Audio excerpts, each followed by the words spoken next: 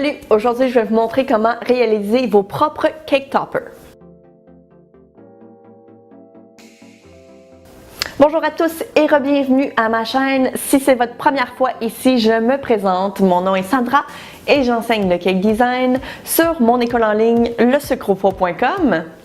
Si vous aussi vous êtes des artistes sucrés ou bien des amateurs de cake design, je vous invite à vous abonner à la chaîne parce que je publie des vidéos en fait à chaque semaine, donc pour vous donner des trucs, des astuces, des tutoriels. Alors pour vous assurer de ne rien manquer, je vous invite aussi à activer la cloche de sorte que vous soyez les premiers à savoir lorsque je publie une nouvelle vidéo.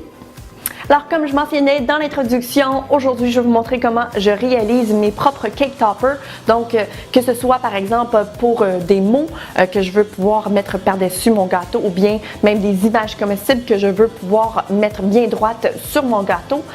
Donc je procède exactement de la même façon. Alors aujourd'hui je vais vous montrer comment je réalise ça. Alors sans plus tarder, je vous montre ça. Alors moi, personnellement, pour ce cake topper-là, j'ai utilisé un emporte-pièce, donc écrit Love dessus, donc un emporte-pièce de FMM. J'ai aussi utilisé de la pâte à sucre rouge de la marque Satin-Ice.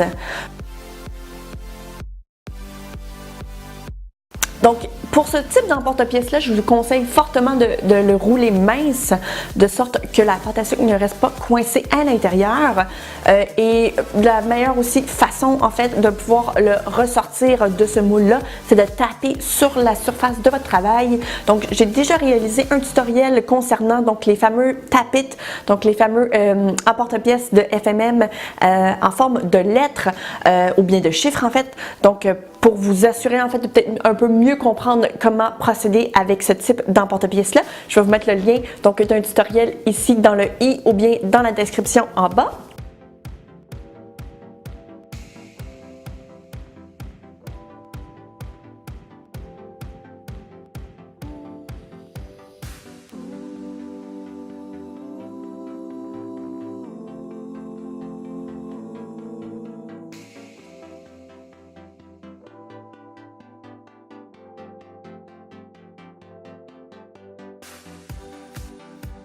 Du moment où c'est fait, moi je vous invite fortement à le laisser sécher un tout petit peu avant de continuer à le manipuler. Donc l'idéal en fait c'est de le laisser sécher à peu près 1 heure.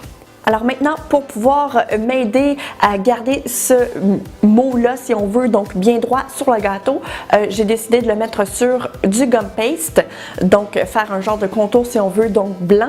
Alors l'idéal, c'est de rouler du gum paste, donc de la couleur que vous voulez. Pour moi, c'était blanc. Et puis ensuite, ce qu'on va faire, c'est qu'on va prendre le mot love et puis on va venir humecter en fait le derrière. Maintenant, pour éviter donc de casser le mot, moi ce que j'ai fait, c'est que j'ai pris le gum paste et je suis venue donc le coller au derrière du mot pour ensuite venir soulever et replacer le tout une fois que c'est bien collé et bien placé sur le gum paste. À partir de ce moment-là, vous pouvez donc venir découper avec l'aide d'un X-Acto. Donc moi, j'ai voulu faire les contours donc quand même assez larges. Vous faites vraiment là, comme vous le souhaitez.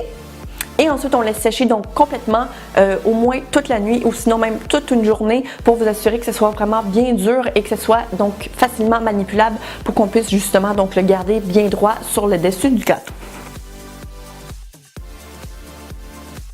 Donc, si par exemple c'était une image comestible à ce moment-là, ce que je ferais, c'est que je procédais probablement de la même façon.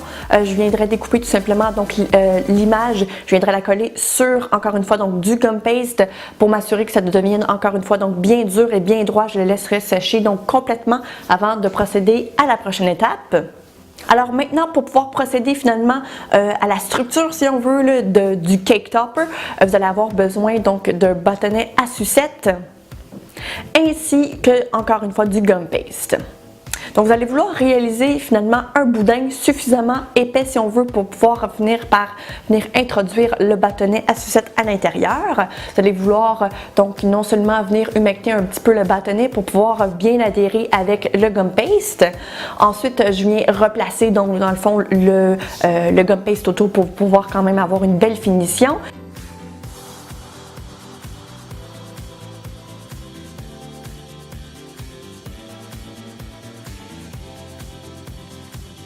et du moment où c'est fait, je viens le coller donc à l'endos du mot, assez flush pour m'assurer finalement que ce soit pas trop haut ou trop bas du mot ou bien de la décoration, et je laisse sécher encore une fois jusqu'à ce que ce soit bien sec.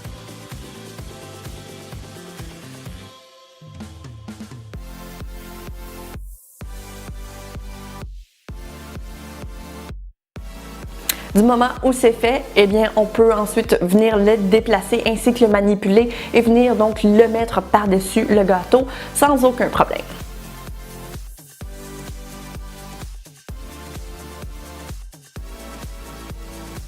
Alors voilà, donc c'est de la façon que je procède pour pouvoir réaliser des cake toppers, donc que ce soit finalement des mots ou bien des trucs que j'ai découpés à l'emporte-pièce ou bien même des images comestibles. C'est la façon dont je procède pour la majorité en fait de tous les trucs, toutes les décorations que je dois venir coller pour qu'ils restent bien droits sur le dessus d'un gâteau. Alors voilà, donc c'est tout pour le contenu de la vidéo. Si jamais ça vous a plu, si jamais ça vous a servi, je vous inviterai à lui donner donc un thumbs up à la vidéo. Ça m'aide énormément à savoir ce qui vous aide, et non seulement ça, c'est aussi donc bénéfique pour ma vidéo. Si jamais vous avez des questions, n'hésitez surtout pas donc à les partager dans les commentaires. Et d'ici la prochaine fois, je vous dis à très bientôt.